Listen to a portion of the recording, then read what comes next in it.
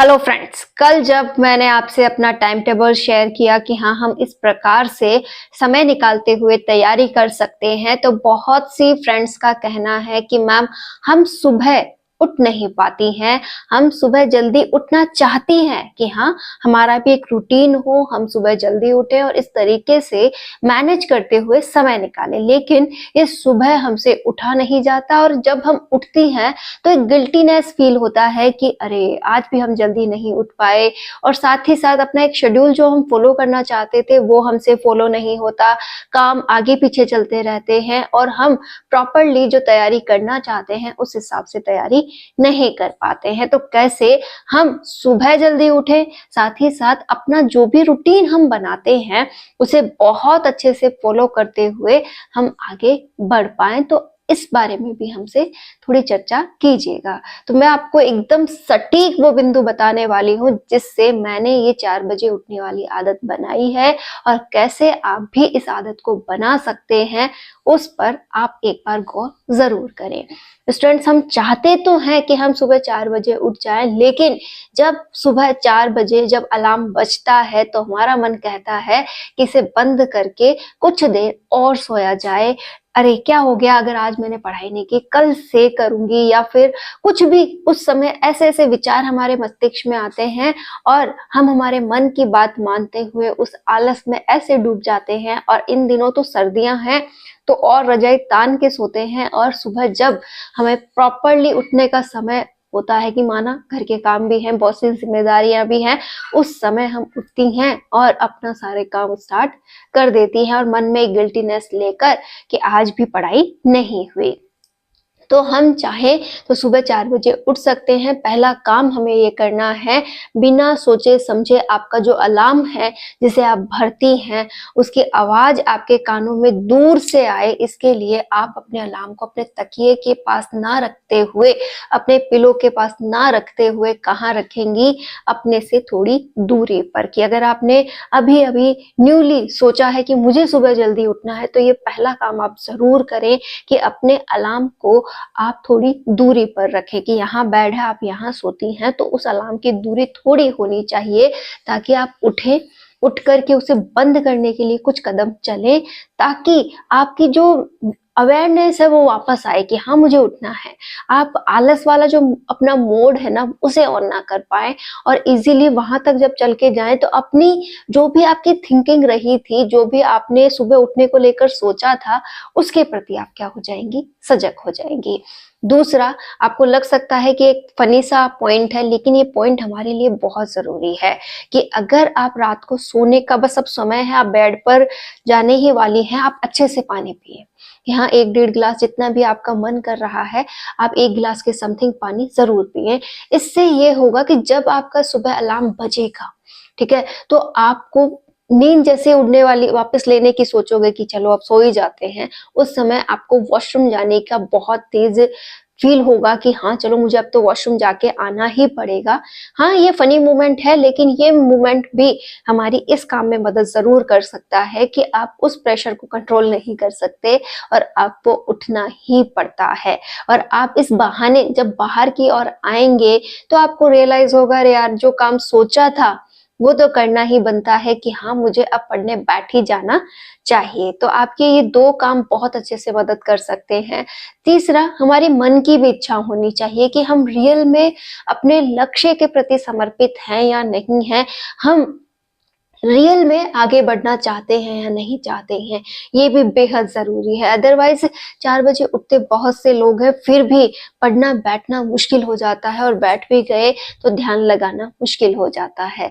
तो कुछ ये बातें हैं जो हमें अपने अंदर से फील करनी होगी, अपने आप को अवेयर करना होगा, अपने आप को अंदर से जगाना होगा कि हाँ रियल में मुझे ये काम करने हैं और इनके प्रति समर्पित होना है। जैसे आप सुबह उठ गए तो जब आप पढ़ रहे हैं तो आपका ध्यान केवल पढ़ाई पे हो, अदर किसी बिंदु पर आपका ध्यान नहीं जाना चाहिए। तो तभी आप क्या कर सकते हैं, बहुत अच्छे से पढ़ाई कर सकते हैं। एक पॉइंट और आपका यहाँ पर ये रहता है कि मैम हम जो पढ़ती हैं वो हमें अच्छे से याद नहीं होता, या फिर मैं कहूँ कि एक पेज मात्र को ही हम लिए लिए काफी देर तक बैठी रहती हैं। तो ये भी आप ही की फॉल्ट है। क्यों है? क्योंकि हम क्या कर रहे हैं, जो भी टॉपिक हमने चुना है, चुन तो लिया, लेकिन अब अंदर ही अंदर एक घबराहट है, एक डर है, अरे इतना बड़ा टॉपिक है, ये कैसे पूरा होगा, मैं तो इस टॉपिक के बारे में कुछ जानती ही नहीं हूँ, मुझे कुछ आता ही नहीं है। आपने खुद अपने अंदर एक विचार बना लिया है।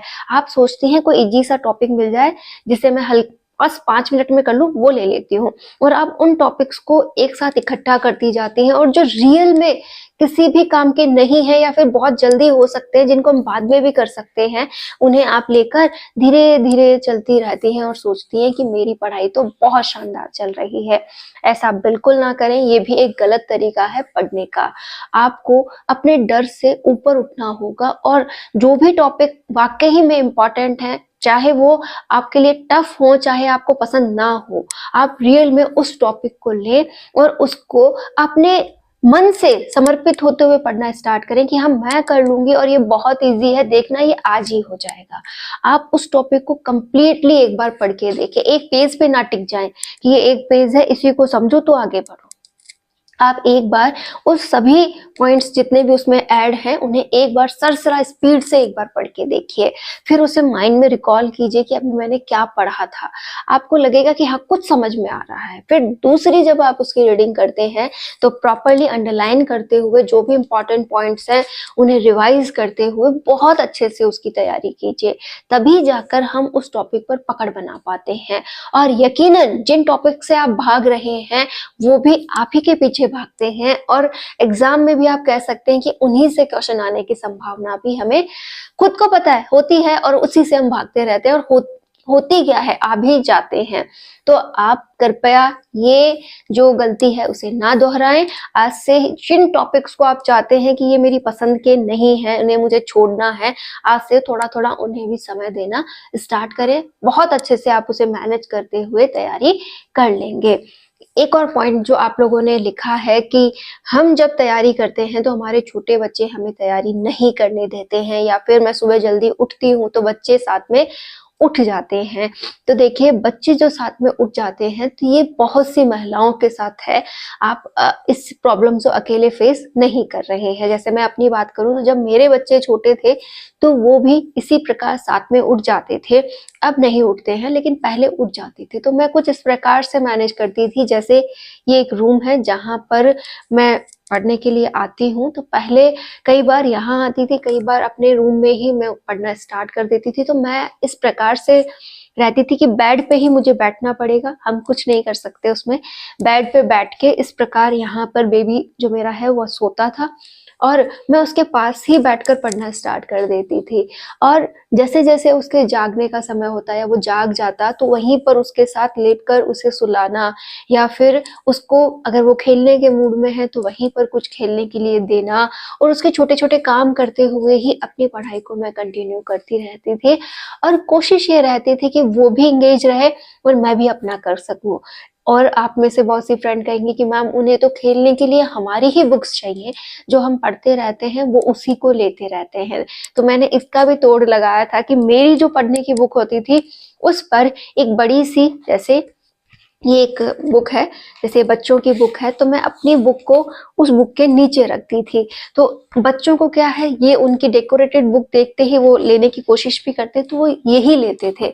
मेरी बुक जो थी वो सेफ रह जाती थी, जिसे मैं साइड में रखते हुए पढ़ाई कर लेती थी। हाँ, होता है, बहुत मुश्किल होता है। बहुत से बच्चे जो हैं वो आराम से बैठते भी नहीं हैं, बहुत से चंचल होते हैं, या फिर रोना उनका बहुत अधिक होता है, तो उनके साथ मैनेज करना थोड़ी प्रॉब्लम है। लेकिन आप वहां पर ओनली फॉर वो टॉपिक्स ले सकते हैं जहां आपको लगता है कि ये इजीली वन लाइनर है, या फिर कुछ बार बार रिवाइज करने वाले टॉपिक्स हैं, आप सुबह सुबह उन्हें तैयार कर सकती हैं। या फिर जब आपने रात को अच्छा खासा अलग अलग रूटीन्स हैं। जैसे बच्चे रात को अच्छे से सो रहे हैं और आप पढ़ रही हैं, तो आप उसी समय जो टॉपिक्स अच्छा तैयार हो गया है, जिसको लगता है कि इसको बार बार रिवाइज करके ही आगे बढ़ा जा सकता है, तो उसे आप सुबह ले लो, उसे अच्छे से रिवाइज करते रहो, उन पॉइंट्स को रिकॉल करते रहो, तो वो काम बच्चों के साथ हो सकते हैं। तो देखो, मैनेज तो हमें करना है, दूसरा कोई आकर के आपकी मदद इसमें नहीं कर सकता। हाँ, अगर आपके हस्बैंड सपोर्टिव हैं तो वो आपके बच्चे को कुछ देर रख सकते हैं, अदरवाइज रात का जो पूरा समय है वो बच्चा हमें ही संभालना है, हमारी ही जिम्मेदारी बनती है। अब एक और पॉइंट आप सभी का रहा कि मैम जो आपने अभी शेड्यूल बताया, हमारे घर के काम इतने हैं कि हम अच्छे से मैनेज करते हुए जो समय निकालती हैं वो भी उसमें चला जाता है और अधिक से अधिक समय हमें पढ़ाई के लिए नहीं मिलता। तो मैं आपसे एक रिक्वेस्ट ये करूंगी कि आप कोशिश तो करते रहें कि आपको समय अधिक मिले, साथ ही आप इसमें अपने परिवार के लोगों को भी इन्वॉल्व करने की कोशिश करें। जैसे अगर आपके सास वगैरह हैं, अगर ससुर वगैरह भी हैं, और उसी प्रकार हस्बैंड वगैरह, जो भी आपके फैमिली मेंबर्स हैं, आप उनसे कहें कि प्लीज मुझे कुछ दिनों के लिए आप सभी की हेल्प चाहिए। आप थोड़ा थोड़ा खुद का ही सही अपने काम करने की कोशिश कीजिए, या फिर मेरे ही कामों में थोड़ी थोड़ी मदद कीजिए, तो शायद मैं और अच्छा कर सकती हूँ, अगर वो आपकी बात सुने तो। अदरवाइज बहुत सी फैमिलीज, अगे मैं भी आपसे पूरी तरह से सहमत हूँ, बहुत सी फैमिलीज ऐसी हैं जहां पर इस प्रकार का सहयोग नहीं मिलता है। तो मैं आपसे ये कहूंगी कि जो समय मिल रहा है उसी में आप अपना बेस्ट देने की कोशिश करें। जो भी टॉपिक आप पढ़ें उन्हें प्रॉपरली एक बार अच्छे से पढ़कर ही तैयार करने की कोशिश करें, और भीड़ के पीछे मत भागिए कि उन्होंने पूरा सिलेबस कर लिया है तो ही उनका सिलेक्शन हो जाएगा, मेरा सिलेबस कंप्लीट नहीं है, मेरा नहीं होगा। तो ऐसी कोई बात नहीं है। आपको केवल उन टॉपिक्स के पीछे भागना है जहां पर क्वेश्चन बनने की संभावना अधिक हो, और विश्वास ये रखना है कि जो मैं कर रही हूँ वो बेस्ट है, और उसके आधार पर मैं अपना पेपर सॉल्व कर सकती हूँ और 100% सिलेक्शन ले सकती हूँ। क्योंकि जितनी ज्यादा मजबूती हमारे विश्वास में होती है, उतना ही अधिक हम आगे की ओर बढ़ते जाते हैं। उम्मीद है आपको ये सभी बातें बहुत अच्छे से समझ आई होंगी और आप अपनी तैयारी को बहुत अच्छा करेंगी। याद रखिएगा, हमारी जिंदगी है, हमें ही बदलनी है, साथ ही जो भी सपने हमने देखे हैं उन्हें पूरा भी हमें करना है। क्यों ना कुछ ऐसा किया जाए कि दुनिया के सामने तो एग्जाम्पल बने ही, हम खुद की नजरों में भी हमेशा ऊपर बने रहें और खुद पर प्राउड फील करें कि हाँ, मैंने अपनी लाइफ को कहीं ना कहीं जिया है और अपने मन मुताबिक अपनी लाइफ को चलाया है। अदरवाइज हम भी, हमारे जो अदर फैमिली मेंबर्स हैं, जिनमें मैं स्पेशली अपनी मम्मा का नाम लेना चाहूंगी, कि जो भी हम सबकी मम्मा वगैरह हैं उनकी तरह हो सकता है कहीं ना कहीं हम भी हमारा समय बिना अपने सपनों को पूरा करे ही गंवा दे।